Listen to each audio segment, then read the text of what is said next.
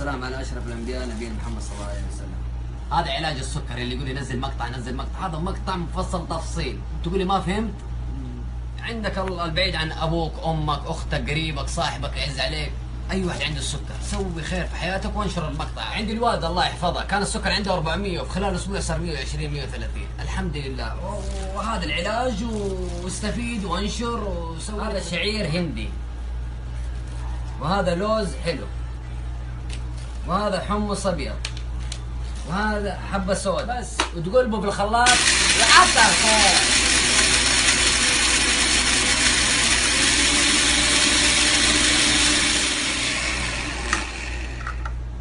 ويطلع معك هكذا، شايفين؟ وحيطلع هذا الناتج.